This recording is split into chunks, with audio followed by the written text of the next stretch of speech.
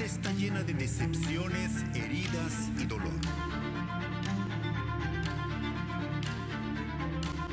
Y sabemos que hay un enemigo que roba, mata y destruye.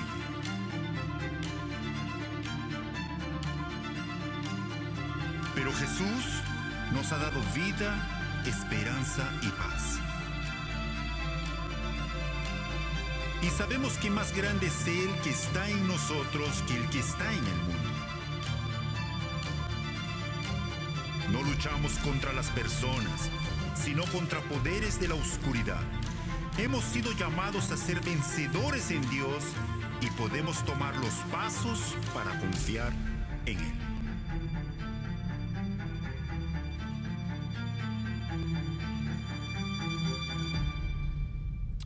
Nuevamente, muchas gracias por estar en este auditorio acompañándonos en esta serie que se llama La Guerra Invisible. Si tú estás aquí por primera ocasión, gracias por ser nuestro invitado especial. También a nuestros invitados especiales que nos acompañan a través de nuestras diferentes redes sociales en el internet, muchísimas gracias por sintonizarnos y estar pendientes de lo que Dios está haciendo en nuestra iglesia y lo que quiere hacer a través de ella en sus vidas también. Pues estamos ahora en medio de esta serie donde estamos hablando acerca de la guerra espiritual, la guerra más antigua que existe, la guerra que más víctimas ha causado, la guerra que más destrucción ha traído a las personas individualmente, a matrimonios, a familias, amigos. Todas las personas, todos nosotros hemos sido afectados por esta guerra espiritual. Lo que hace que esta guerra sea tan peligrosa es que nosotros, al no verla, por el hecho de que sucede en el reino espiritual alrededor de nosotros, no estamos pendientes de lo que está pasando. Y con ello, muchas veces ni siquiera estamos preparados para el tipo de ataques que tú y yo recibimos en cualquier momento. Ahora, durante estas semanas lo que hemos estado hablando es acerca de que tú y yo tenemos un enemigo. De hecho, el enemigo más poderoso que ha sido creado. De todos los seres creados por Dios, Satanás, Lucifer o el diablo es el enemigo más poderoso que existe. Y ese enemigo te odia a ti y está tratando de traer destrucción a tu vida. Ya sea que tú te des cuenta de ello o no, 24 horas del día Él no descansa tramando maneras de poder traer destrucción a ti. Y aunado a eso, Él tiene a un ejército a sus órdenes, en las cuales estos integrantes de su ejército que nosotros conocemos como demonios hoy en día, ángeles caídos, también son poderosos y están alrededor de nosotros en todo momento. En este mismo momento están en este auditorio tratando de distraerte y que te duermas a través de esta predicación. Pero la realidad es que ellos sutilmente están trabajando en tu vida y en mi vida, tratando de lograr el propósito de destruir tu presente y tu futuro y tu relación con Dios.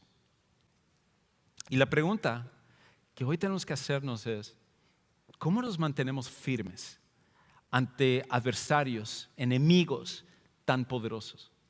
¿Cómo podemos nosotros, si no podemos hacer frente a estos enemigos nosotros mismos, cómo es que tú y yo podemos entonces siquiera tener esperanza ante un enemigo que ha jurado destruirnos, ha jurado el de traernos daño a nuestras vidas? Hasta cierto punto eso fue lo que un hombre hace algunos años enfrentó, no con enemigos espirituales, sino con enemigos carnales. Su nombre es don Alejo Garza Tames. Y este hombre que era originario de Nuevo León, en México, estaba en medio de lo que muchos mexicanos han estado viviendo en estos últimos tiempos, que es el de ser víctimas de los carteles de narcotráfico que han tomado todo el país de México y sobre todo la región norte de México. Y como varios antes que él, un cierto cartel de la región donde él estaba llegó y le dijo a don Alejo: nosotros queremos tu rancho, porque resulta que él era un hombre empresario, estaba metido en la industria de la madera y él había adquirido un rancho muy hermoso a las afueras de la ciudad de Monterrey. Y le llegó la noticia de parte del cartel que él tenía que desalojar el rancho porque ellos lo iban a tomar y tenía 24 horas para que él dejara el rancho que él había construido durante toda su vida y que se los entregara a los del cartel. Estos integrantes del cartel ya habían hecho esto con varios empresarios y todas las personas que habían estado en esa situación inmediatamente entregaron lo que era de ellos, pero no don Alejo. Resulta que él decidió que él iba a hacer algo en frente de esos enemigos que le habían proclamado que si él no les entregaba el rancho, él iba a morir. Así que él lo primero que hizo fue que tomó a todos sus empleados que trabajaban en el rancho y sin decirles lo que iba a pasar al día siguiente, simplemente les dio el día libre para que ellos se fueran y no regresaran hasta la tarde del día siguiente. Y después empezó a prepararse para lo que sería el encuentro con los integrantes de este cartel. Cuando finalmente al día siguiente llegó el momento en el cual los de este cartel de los Zetas habían llegado delante de su rancho, no eran una sola persona, sino que eran varios que llegaron en una camioneta para tomar finalmente el rancho. Y avisando a don Alejo, dispararon una bala al aire para que él en ese momento fuera una señal de que se largara de ahí, pero no fue lo que él hizo. Cuando escuchó ese balazo, inmediatamente él regresó un balazo. Y con eso se armó una pelea que duró varios minutos, en el cual don Alejo, de una forma valerosa, se enfrentó a los miembros de este cartel, él solo en su rancho, ante varios adversarios que eran parte de este grupo de narcotraficantes. Al final, don Alejo había logrado quitarle la vida a varios de esos integrantes, pero él también perdería la vida defendiendo su rancho. Después de poco tiempo de que él murió, finalmente llegaron los militares del ejército mexicano para encontrar los cuerpos de varios de los del cartel de los Zetas, él en su casa, pero sin que ellos pudieran tomar el rancho que le pertenecía a él. Hasta cierto punto tú y yo estamos en esa misma posición que don Alejo. Y nosotros tenemos no enemigos que son parte de un cartel de narcotráfico. Nosotros tenemos enemigos espirituales que conocen perfectamente tu vida, conocen perfectamente tus debilidades, conocen exactamente cómo atacarte y ellos no están interesados en quitarte un rancho, están interesados en destruir tu vida ahora y para la eternidad. Y eso es mucho, mucho más peligroso. Y el problema es que tú y yo, al contrario de don Alejo, no podemos armarnos, no podemos agarrar armas para pelear en contra de ellos, porque una de las cosas que nosotros hemos estado viendo a través de esta serie es esto, que la fuerza natural no puede ante un enemigo espiritual. La fuerza natural no puede ante un enemigo espiritual. En otras palabras, no importa qué tanta voluntad tú tengas, no importa qué tan inteligente seas, no importa qué tan preparado, estudiado tú seas, no importa cuántos años tú tengas de ser un seguidor de Jesús o una persona que te consideras espiritual, cualquiera que sea tu situación, la fuerza natural, la fuerza humana no puede ante un enemigo espiritual. Esa es la realidad. Y el apóstol Pablo, escribiendo desde la cárcel en la ciudad de Roma, él escribió una carta a un grupo de cristianos muy parecido a nosotros, en el cual él les ayuda a ver la realidad de esta guerra espiritual que estaba pasando alrededor de ellos. Ellos se encontraban en una ciudad que se llamaba Éfeso, y en esa ciudad de Éfeso ellos también estaban luchando espiritualmente contra adversarios, contra enemigos que ellos no podían ver. Una guerra invisible que estaba pasando en ese momento también. Y Pablo les escribe para que ellos sepan lo que tienen que hacer. Y no solamente para que ellos sepan lo que tienen que hacer o tenían que hacer, sino para que tú y yo sepamos lo que tenemos que hacer en nuestras vidas también.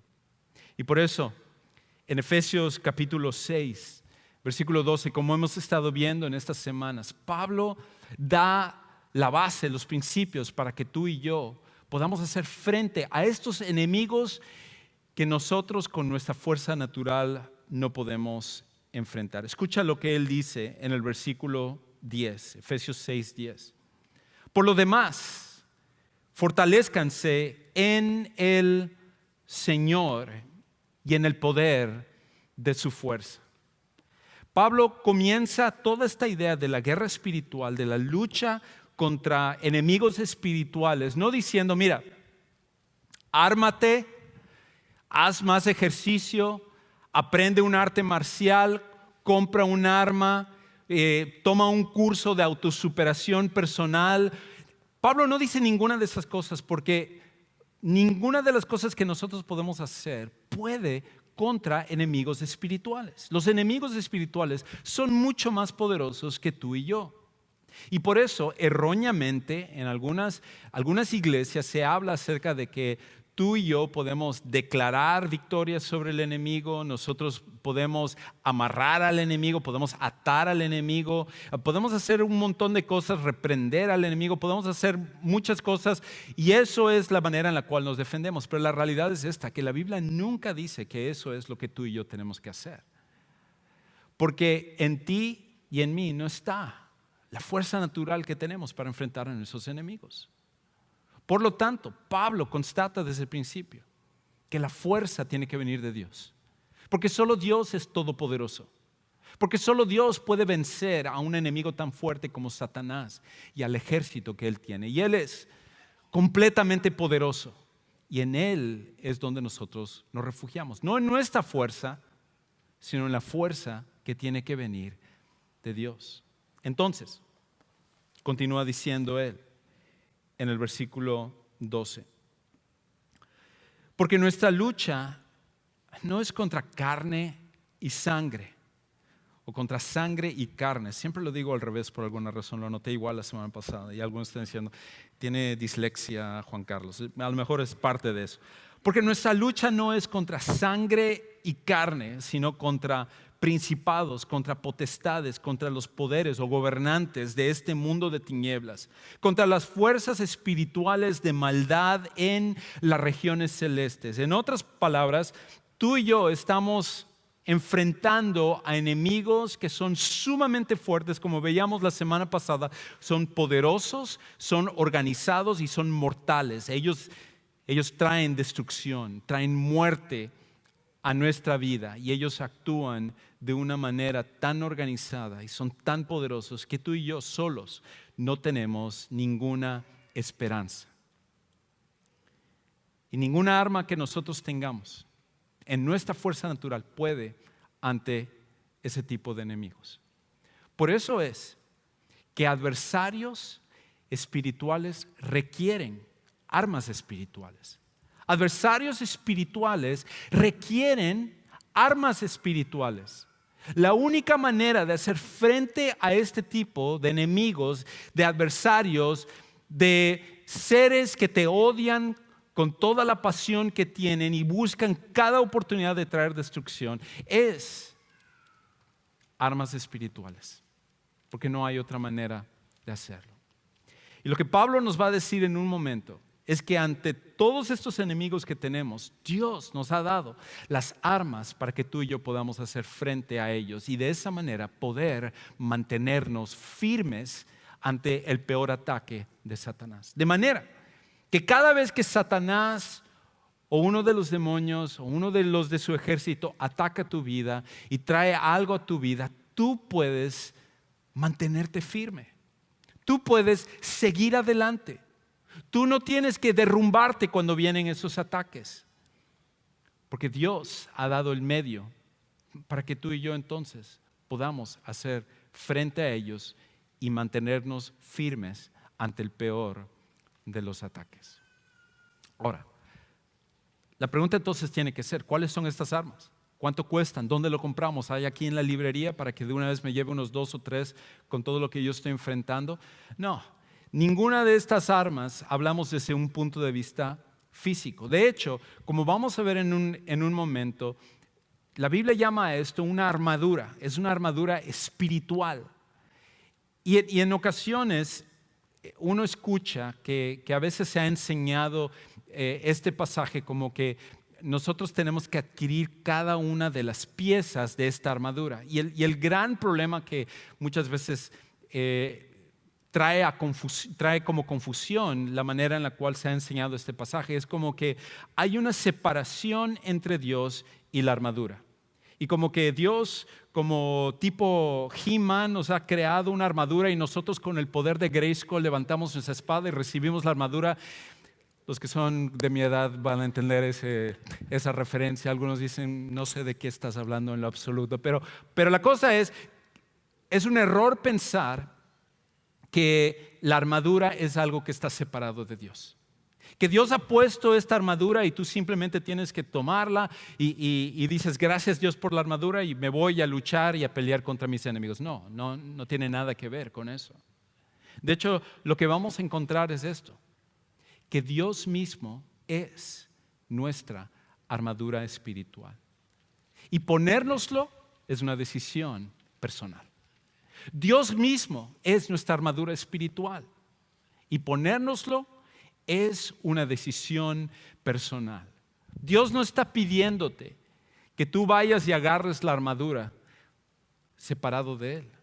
De hecho, lo que Pablo nos va a decir y lo que tenemos que entender al ver este pasaje es que Dios mismo es nuestra armadura espiritual.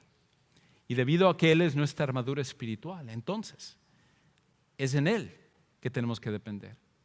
Es en Él al cual nosotros tenemos que buscar y permitir que Él esté actuando en nuestra vida. Es la única manera en la cual podemos hacer frente a nuestros enemigos. Y por eso, entonces, si Él es nuestra armadura espiritual, nosotros vamos a ver que las partes de la armadura en realidad son un reflejo de quién es Dios y lo que Él ha hecho en nuestras vidas. Ahora, Pablo entonces remata todo esto con algo que es tan importante para nosotros, un principio que es súper importante para nosotros, y es esto. Ponerte la armadura espiritual parcialmente es invitar a un ataque del enemigo. Ponerte la armadura espiritual parcialmente es abrirte a un ataque del enemigo, porque cuando nosotros otra vez tratamos la armadura como si fueran diferentes partes y uno dice, bueno, yo ya tengo esta parte, en este estoy bien, en este estoy débil. No. Pablo nunca tuvo la intención que nosotros pensemos en armadura espiritual como si fueran diferentes partes y lo coleccionamos como si fueran corcholatas o algo por el estilo y decimos, esta ya la tengo, esta ya la tengo. No. La armadura es una sola cosa, es Dios actuando en nosotros. Y simplemente lo que Él está diciendo es que esto es una descripción de lo que nosotros debemos de permitir que Dios haga en nosotros. Y cuando Él hace esto en nosotros, Él hace cada una de estas cosas en nuestras vidas. Y una de las cosas, el énfasis que él hace, es que esto es algo que nos ponemos de una forma completa, no parcialmente. Es algo que en el cual nosotros lo tratamos como una sola cosa, no como partes de diferentes cosas. Y por eso, 2 veces Él tiene que enfatizar esta verdad. Escucha, en el versículo 11 Él dice, revístanse con, ¿qué dice? Toda la armadura de Dios. No son partes, no es una cosa donde te sientes, esta como que necesito un poquito más, esta. No, es toda la armadura de Dios para que puedan estar firmes. ¿Quieres estar firme en tu vida ante los ataques? Necesitas de toda la armadura de Dios. Estar firmes contra las insidias o los ataques o la estrategia del diablo. Y luego lo vuelve a decir en el versículo 13. Por tanto, tomen, ¿qué dice otra vez? Toda la armadura de Dios, para que puedan resistir en el día malo y habiéndolo hecho todo, estar firmes. Tú y yo necesitamos toda la armadura. Y toda la armadura en realidad es Dios mismo. Y no es algo increíble de que ante el peor enemigo, el enemigo más poderoso, Dios mismo se da a nosotros para que Él sea nuestra armadura espiritual. ¿No es eso algo que nosotros podríamos celebrar y dar gracias a Dios por lo que Él hace? Amén. Eso es algo que nosotros podemos hallar descanso. Nosotros podemos darle gracias a Dios de que ante el peor enemigo Dios no nos deja solos. De que tú no estás solo ante un ataque del enemigo, que por momentos a lo mejor te sientes de esa manera. Por momentos tú te has autoconvencido de que el enemigo ha traído daño tremendo a tu vida y como que a Dios no le interesa lo que a ti te está pasando. Pero esta es la realidad. Dios se ha dado a sí mismo como la única armadura que puede ante tu peor enemigo. Y Él te lo ofrece para que tú lo puedas poner, para que tú tomes la decisión diariamente de ponerte la armadura que Dios desea para ti. No puedes escoger qué armadura. Lo único que tú y yo podemos hacer es escoger si nosotros vamos a ponernos esa armadura dependiendo completamente de Él. Ahora, la pregunta natural entonces es esto: ¿cómo te pones a Dios como tu armadura? ¿Cómo te pones a Dios como tu armadura? Porque eso es al final lo que queremos saber. Ok, muy bueno, excelente, me gusta el tema y todo, Don Alejo y todo, muy bien, yo quiero ser el Don Alejo espiritual, ok, perfecto, todo. Pero la pregunta es, ahora, ¿cómo? ¿No? Eso es lo que quiero saber, porque eso es donde yo estoy fallando.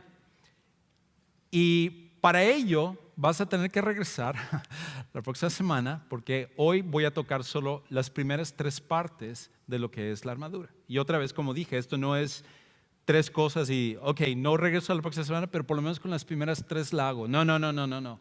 Es toda la armadura. Así que necesitas regresar la próxima semana.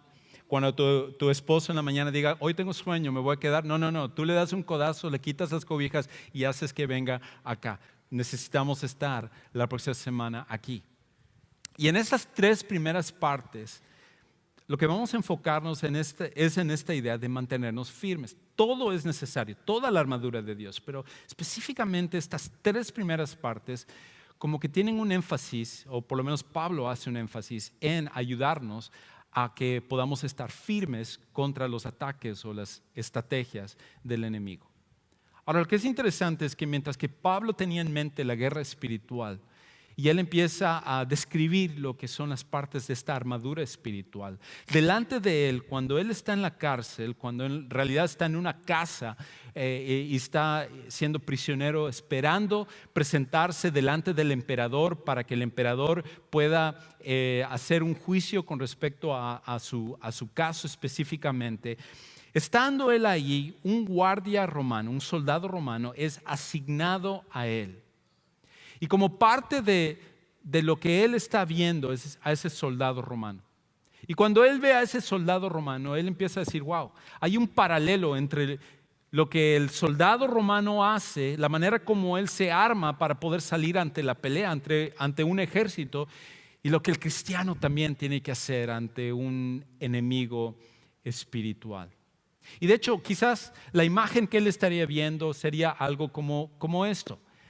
Él estaría viendo algo así. Ahora yo sé, algunos han dicho, bueno, en realidad Pablo no estaba viendo esto porque esa es la manera como el soldado romano se vestía cuando él salía al combate. Y probablemente es así, el soldado romano no estaba armado para el combate cuando estaba con Pablo. Pero Pablo seguramente cuando él estaba viendo a ese soldado, él había visto en muchas ocasiones cómo el soldado romano se armaba para ir a pelear en la guerra. Y esto es la cosa, cualquiera que ha salido a la guerra, yo nunca he tenido que estar en una guerra física, pero sé que inclusive hay algunos de aquí que han ido a pelear a la guerra y que son héroes de guerra también. Ellos son los primeros que podrían decir que cuando sales a la guerra, parte de tener éxito, de enfrentar a tus enemigos, es que tú tienes que estar preparado de la manera como tú vas. Tú no sales a la guerra como diciendo el día de hoy me levanto y dices, hoy Se me ocurre salir a pelear a la guerra. Estoy con shorts y mi camiseta, pero no importa. Vamos a pelear a la guerra. No. El soldado, cuando él sale, intencionalmente se prepara con su armadura. Y cada pedazo de la armadura, cada pieza de la armadura es importante para salir a la guerra. Así que más que atarlo simplemente a un soldado romano, el concepto, el principio que Pablo tendría es que un soldado tiene que estar preparado ante la guerra. Por esa razón, si Pablo hubiera vivido en nuestro tiempo, lo más seguro es que él hubiera descrito la armadura espiritual como algo así. Él hubiera pensado en esto. Él hubiera encontrado analogías con un soldado moderno, con la manera en la cual un soldado de Dios tiene que estar armado para pelear en la guerra espiritual. Así que más que enfatizar cada parte y todo, aunque lo voy a hacer, lo que tenemos que tener en mente dentro de todo esto es esta idea de que en realidad cada soldado necesita estar preparado ante su adversario o su enemigo, independientemente de las piezas. Y los soldados, cada parte que tienen, la manera en que se visten, cada parte de su armamento tiene un propósito. Y solamente una persona que estuviera loca saldría a la guerra sin estar preparado y armado correctamente. Tú y yo estamos llamados entonces a hacer eso. Ahora, ¿cómo lo hacemos? Pues lo primero que nosotros necesitamos hacer es esto: sostenerte o sosteniéndote en la verdad de Dios y aplicándola en tu vida. ¿Cómo te pones la armadura? Sosteniéndote en la verdad de Dios y aplicándola en tu vida o practicándola en tu vida. Y escucha cómo Pablo va a decir aquí con respecto a esta primera parte y la manera como él lo relaciona acerca de esta verdad de la cual él empieza a hablar. Él dice en la primera parte del versículo 14, ahora describiendo lo que es la armadura, él dice: estén pues firmes. Es lo que queremos, estar firmes ante los ataques del enemigo. Estén firmes, ceñida su cintura con la verdad. Lo primero que él habla aquí es acerca de la importancia de estar ceñido, de estar atado con la verdad. Y él compara la verdad aquí con un cinturón. Ahora, esto es un poco diferente a lo que tú y yo normalmente hacemos. Porque caballeros, cuando tú y yo nos preparamos en la mañana para nuestro cinturón, lo único que nos interesa es el color del cinturón. Es lo único que nos interesa. Escogemos y decimos, probablemente, como muchos de nosotros tenemos varios cinturones, decimos, ok, me voy a poner este color y este es el que va. Para las señoras no solo es el color, es el diseño también. El diseño es muy importante para el tipo de cinturón que tú vas a utilizar en el día. Para el soldado, a él no le interesa el color o el diseño del cinturón.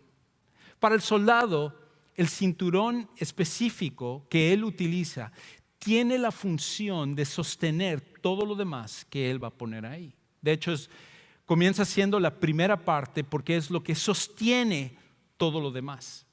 Si no tienes ese cinturón, no puedes colgar tus armas, no puedes poner el resto de tu protección, lo que va a ser la protección con el pecho o inclusive la protección de otras partes del cuerpo. Todo eso se sostiene en la verdad.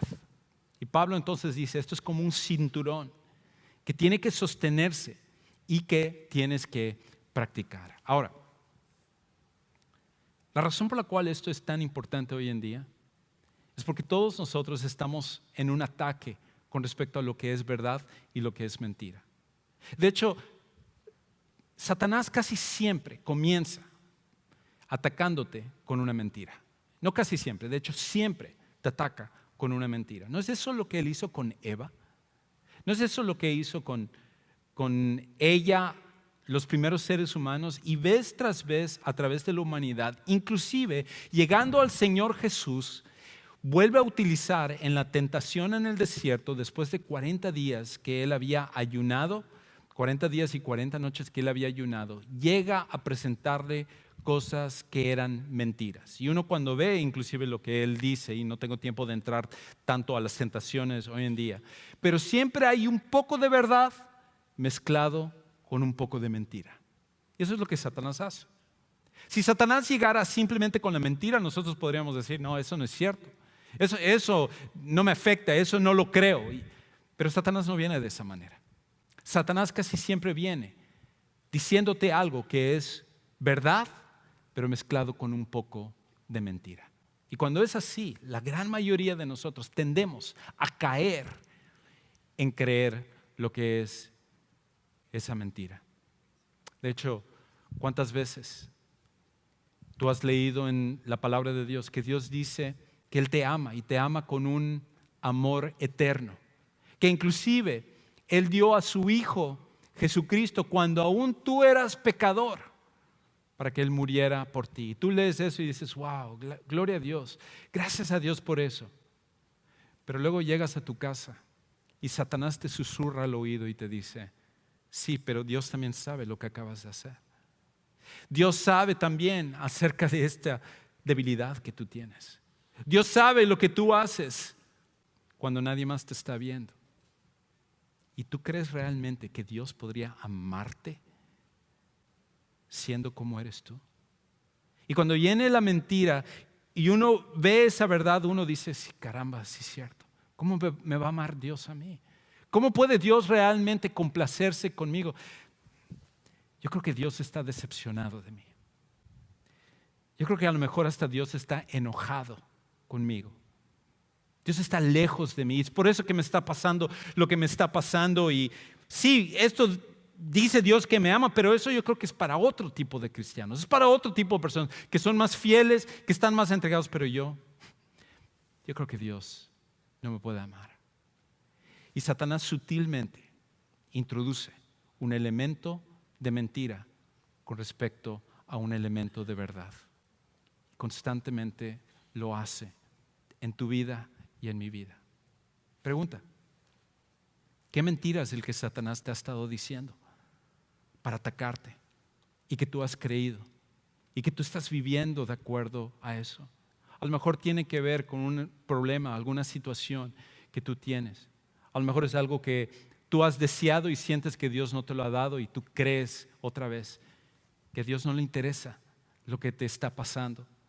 Cualquiera que sea la mentira que Satanás está trayendo a tu vida, lo primero que nosotros necesitamos tomar es la verdad de Dios y lo que Él dice en su palabra, y entonces practicarlo y vivir de acuerdo a esa verdad. No es suficiente con solamente saber lo que es verdadero. Tú y yo tenemos que vivir de acuerdo a esa verdad. Y por eso, el día de mañana, cuando tú te enfrentes ante una situación y a lo mejor tú estás ante un problema y la palabra dice que Dios va a cuidar de ti de una u otra manera, Él va a ser tu proveedor, Él va a ser el que va a estar ahí para ti. Y llega otra vez a tu oído el susurro del enemigo diciendo, no importa lo que tú hagas, Dios no va a estar ahí contigo. Lo que te pasó la vez pasada te va a volver a pasar. No puedes confiar en Dios. Dios no siempre responde como Él dice que responde. Así que tú tienes que comprometerte. Tú tienes que hacer lo que tengas que hacer para salir adelante de esto. Y tú creas esa mentira y actúas en base a ello. Tú y yo necesitamos desechar la mentira del enemigo. Y necesitamos sostenernos en la verdad de Dios y practicarlo. Ahora, una segunda cosa que Él dice, que es parte de esta armadura. Otra vez, no es algo alejado, sino que tiene que ver con toda la armadura que Dios tiene para nosotros. Es esto, lo que Él continúa diciendo ahora en la segunda parte del versículo 14. No solamente ceñida la cintura con la verdad, sino que Él luego dice, revestidos con la coraza de la justicia. Revestidos con la coraza de la justicia. Y el principio que tú y yo necesitamos entender con respecto a esta parte de la armadura es esto. Nos ponemos a Dios como nuestra armadura, reflejando la justicia de Dios en tu carácter. Reflejando la justicia de Dios en tu carácter. La coraza tenía la función para los romanos en proteger lo que era el pecho. Proteger los órganos vitales como el corazón o los órganos vitales que están en la parte de enfrente, cualquier parte del pecho. Esas partes que con un flechazo en ese tiempo, mientras que el soldado romano estaba combatiendo, o un espadazo en esa área, sería el final de ese soldado. O en nuestros tiempos, con los soldados modernos, que ellos usan una especie de chaleco antibalas, y ellos mientras están luchando, están protegiendo esta parte que es tan vulnerable.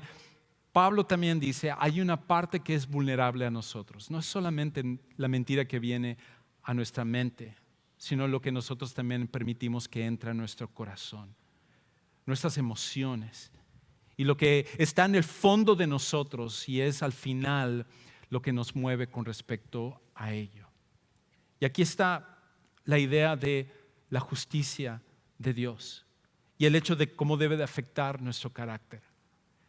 La Biblia nos dice que la justicia de Dios es una en la cual Él tiene que castigar el pecado, que Él tiene que castigar todo lo malo que tú haces, todo lo malo que yo hago. Y no hay pecado que Dios pueda dejar pasar, porque si fuera así sería como el tipo de autoridades que desafortunadamente nosotros muchas veces nos hemos acostumbrado en nuestros países y que a veces también vemos en este país, donde a través de un soborno o de conocer a la persona, deja ir a la persona. Pero Dios, que es perfectamente justo, que es perfecto en todo lo que es su trato con el pecado, Él va a castigar el pecado de todas las personas.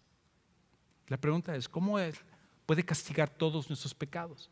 ¿Cómo va a ser Él para castigar tus pecados y mis pecados y mantener una relación con nosotros? La manera en la cual Él lo hizo es que Él tomó el pago de todo lo malo que tú y yo hemos hecho en el pasado, hacemos en el presente y haremos en el futuro. Y todo eso lo puso sobre Jesucristo. Y Jesús cargó lo que era nuestra injusticia para que a través del castigo sobre Él, tú y yo pudiéramos ser declarados justos. Por esa razón, cuando Dios te ve a ti, ya no ve a un pecador después de que has aceptado a Jesús como tu Salvador personal. No ve a una persona débil o ve a una persona desobediente, sino que ve a alguien que a través de la justicia de Jesús ser declarado justo delante de Él. Tú eres justo delante de Dios, no por tus méritos, sino por los méritos de aquel en el cual pusiste la fe, que es Jesucristo. Y por esa razón, cuando entendemos esa gran verdad, cuando entendemos quiénes somos en Jesús, esa justicia entonces debe de ayudarnos a ser justos en nuestra manera de vivir. Porque no se trata solo de recibir la justicia de Dios, ese es el primer paso. Pero ahora la justicia de Dios ahora tiene que reflejarse en nuestra manera de vivir. Y el carácter, la forma de ser, es lo que Dios tiene que ir transformando en nuestras vidas. Por eso, hombres, ¿cómo estás reflejando la justicia de Dios en tu matrimonio? Mujeres, ¿cómo estás reflejando la justicia de Dios delante de tu esposo? Papás, ¿cómo lo están haciendo delante de sus hijos? Hijos, ¿cómo estás reflejando la justicia de Dios delante de tus padres? ¿Cómo lo estamos haciendo delante de nuestros amigos y conocidos? Aquellos que no conocen a Jesús, como aquellos que lo conocen. La justicia de Dios que ha sido dada por Dios a través de la gracia, como dice Pablo y como nos recordaba mi esposa al principio de este servicio, nos debe de llevar a querer vivir en justicia también. Una cosa más y con esto termino. La tercera parte de las primeras partes de lo que es esta armadura. Entonces, Pablo lo dice en el versículo 15. Escucha cómo dice: y calzados los pies con la preparación para anunciar el evangelio de la paz. Y calzados los pies con la preparación para anunciar el evangelio de la paz. El último principio que Pablo quiere que nosotros aprendamos, por lo menos de esta parte y que vamos a ver el día de hoy, es esto: la manera como nos ponemos a Dios como nuestra armadura es manteniéndote listo con la paz del Evangelio de Jesús. Manteniéndote listo con la paz del Evangelio de Jesús. Cuando Pablo habla acerca del calzado, cuando habla acerca del tipo de calzado que tiene que usar un soldado, en los tiempos antiguos, en el tiempo de los romanos, el calzado que usaba un romano no era cualquier tipo de calzado, no era cualquier tipo de zapato, sino que estas tenían como tachuelas en la parte de abajo.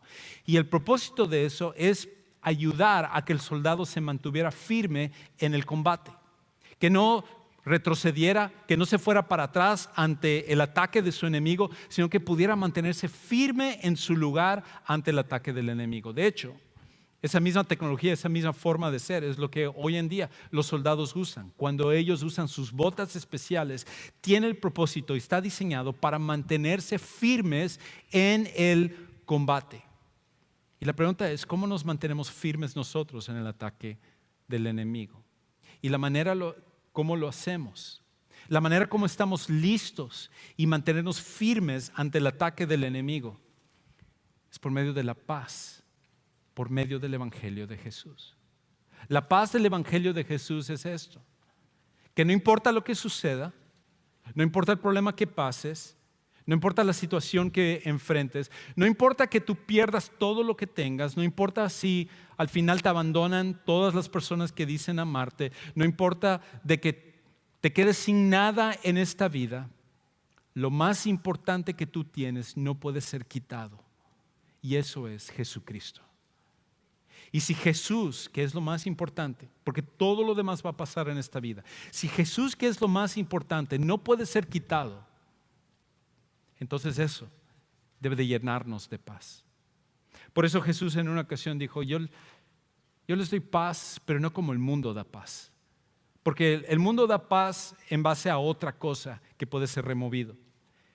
A lo mejor la paz que tú tienes es en base al dinero que tú ganas, tener suficiente para pagar las cuentas. Y cada vez que estás en una situación donde no puedes pagar tus cuentas, tu paz desaparece. A lo mejor tu paz está basado en la salud que tienes en este momento. Y solo tiene que llegar un momento de una enfermedad en tu vida o escuchar las palabras de un doctor que te diga, tienes poco tiempo de vida, para que la paz entonces sea removido en ese momento. A lo mejor es que recibas una llamada y que uno de tus seres queridos ya no esté en esta vida, para que tu paz se derrumbe por completo. Pero Jesús dice, ese tipo de paz siempre está atado a otra cosa que puede ser removido. Yo les ofrezco una paz que está atado a algo que nunca les puede ser removido, que soy yo. La paz del Evangelio de Jesús, cuando tú pones tu fe en Jesús como tu Salvador personal, te da una tranquilidad y una fortaleza y una paz para poder enfrentar cualquier cosa. Estas tres partes son las primeras de la armadura que Dios tiene para ti y para mí, que es al final Él mismo. ¿Y qué sucedería?